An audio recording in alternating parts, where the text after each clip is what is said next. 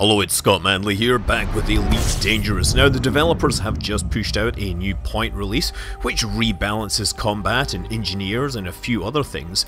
But if you head over to the mean system, well, some interesting stuff is afoot. Well, okay, there's pirates around as well, but hey, I'm flying an Anaconda with fighter support, and the pirate is flying a Federal assault ship. This is not going to last very long for them, is it? That's gotta hurt. Target down.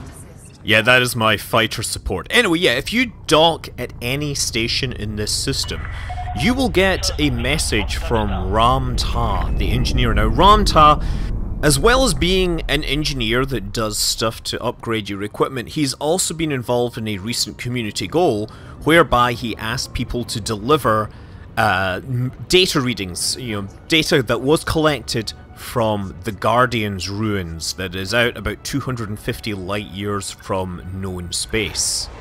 Commander Scott Manley, I have an exciting opportunity to offer you. My research into the ancient ruins has yielded results of a sort. I have developed a way to decode the data from the ancient sites. Although I cannot specify the various combinations of objects and data types needed, my decoding system should help decipher the ancient data. The key is using ancient objects with active obelisks to unlock it. I've taken the liberty of uploading my decoding software to your ship systems. Unfortunately, the ancient technology adapts to the cipher after a few weeks, so our task is time critical. So time critical, he didn't even ask permission before uploading software to my computer. So yeah, the system where the known ruins are in is Sine UFA XR-H D11102. This is, again, about 250 light years from mean, 240. And the location is the second moon of the first orbiting body, which is actually a brown dwarf technically. So since it's a brown dwarf, it's technically a star with some pretty cool looking rings.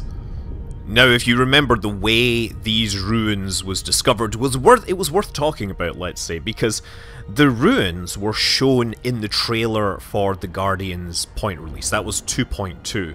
Now, there wasn't anything else in the game to tell us where we might find these, but some enterprising individuals took a look at the trailer and they took a look at the constellations in the sky, and that let them kind of get a handle on where they should be in space. Then they started looking around until they found a pair of planets, or a moon and its moon, that looked just right, and eventually after a few days, I mean, it was very, very short time, the ruins were located on the surface of this planet. If you go to any Elite database, they will tell you not just the planet, they will tell you the coordinates on the surface. So it's very easy to find these now that they're there. And frankly, I consider that amazing because even knowing the coordinates, I flew past this a couple of times before I actually arrived. It's, it really just blends into the background. I guess if you're an explorer that knows how to look for these things, you really start to pick out the objects which are clearly not natural. Or rather, those objects which are clearly not created by the procedural generation algorithm.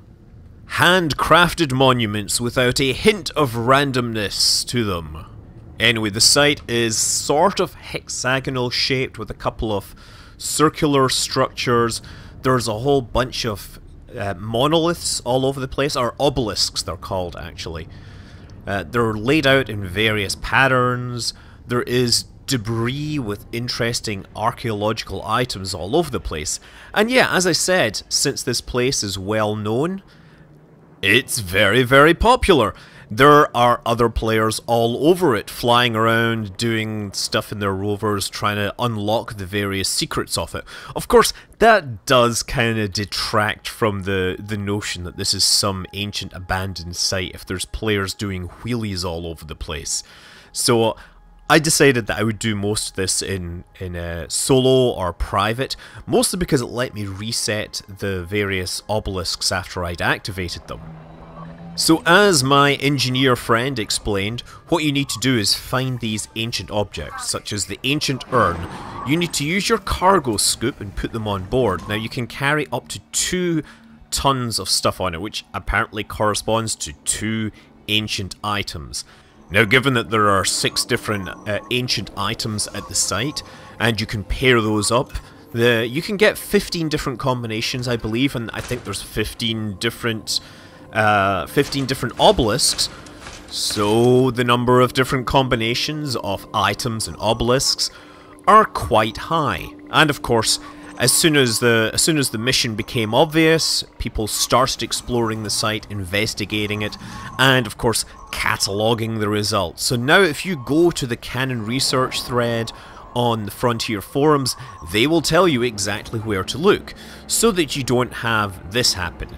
If you go and scan an obelisk using your data scanner and you have the wrong stuff on board, you will get a little message. You will get a friendly message from Ram Tah saying, "Please forgive my intrusion, Commander. According to a subroutine in my code, this is not a valid combination. I suggest trying different ancient item combinations at this active codex to unlock the data within. Some appear to require 2 objects in your hold to decode, while others only require a single object to unlock." But if you are lazy like me and end up following the guides that have been carefully written by somebody else, you can go find the right item, move in close, wonder what those little triangles are really trying to tell us. Incidentally, also turn off the wave scanner because it's kind of annoying. Also, these things make noise, and the noise seems to be a reaction to having the right items in your cargo hold. Just checking. Yeah, there's no special data scanner. That was me looking there to see if there was a specific data scanner I needed. But no, you just go up and you scan it, and you get a mission critical message saying, "Decoded ancient historical data. This data contains details regarding the rise of new technologies. It appears the development of these technologies varied between clans, creating inequality and ultimately conflict. Initially, that conflict was resolved through personal combat between individual champions, but as clans started using numbers to overwhelm their opponents, the practice of warfare began to spread. This led to a surge in weapons development, with biological warfare quickly established as the weapon of choice. An arms race began, focused on the development of biological agents and various countermeasures. It saddens me to discover as I had hoped the Guardians would prove to be more advanced. A little naive, I know, as a conflict is a common element of many species throughout the galaxy, whether for resources, land, or power, or other stuff." So you can continue just scanning wherever you go. Excitingly, this group of Delta pattern recordings contains audio data. Not only will this help establish the range of sounds they could make, it should also allow me to confirm they spoke with accents. There are regional variations.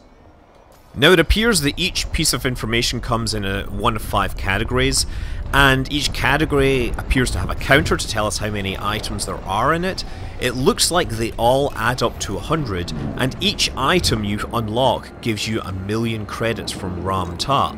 However, so far, only 12 have been discovered, which does lead to a number of questions about how far we may have to go. The data describes what the Guardians referred to as an age of information. Although the Guardians had used computers for generations, it wasn't until the development of artificial intelligence that they truly entered the information age. This saw the construction of what ultimately became the Monolith Network, an interstellar communications and computing system.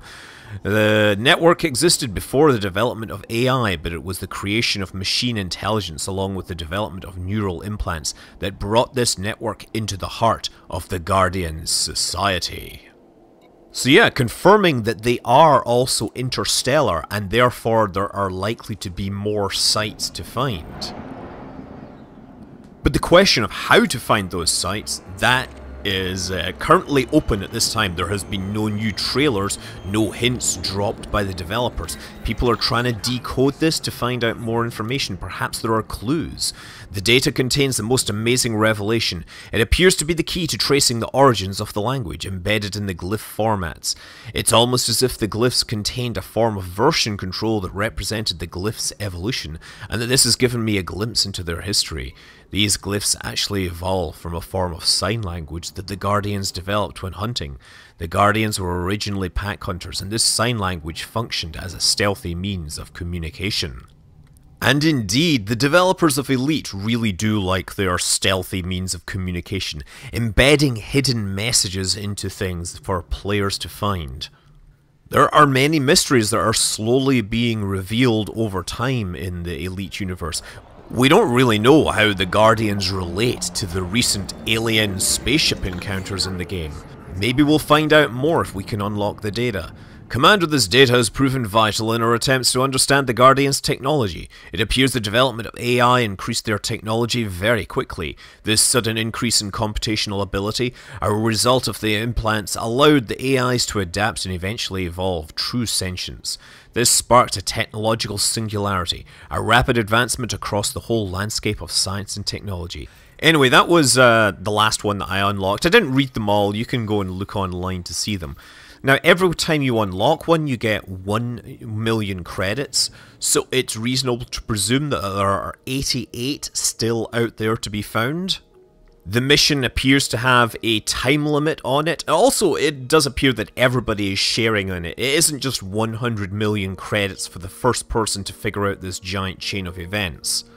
It's also worth noting it's not the only mystery going on. Obviously we have those alien encounters, and those are actually spreading beyond their original region right now. There's something that's been hinted at in the Formidine Rift, and people are out there exploring, but honestly, there seems to be a lot of secrets that will be revealed in the next few weeks in Elite Dangerous. Until then, I'm Scott Manley. Fly safe.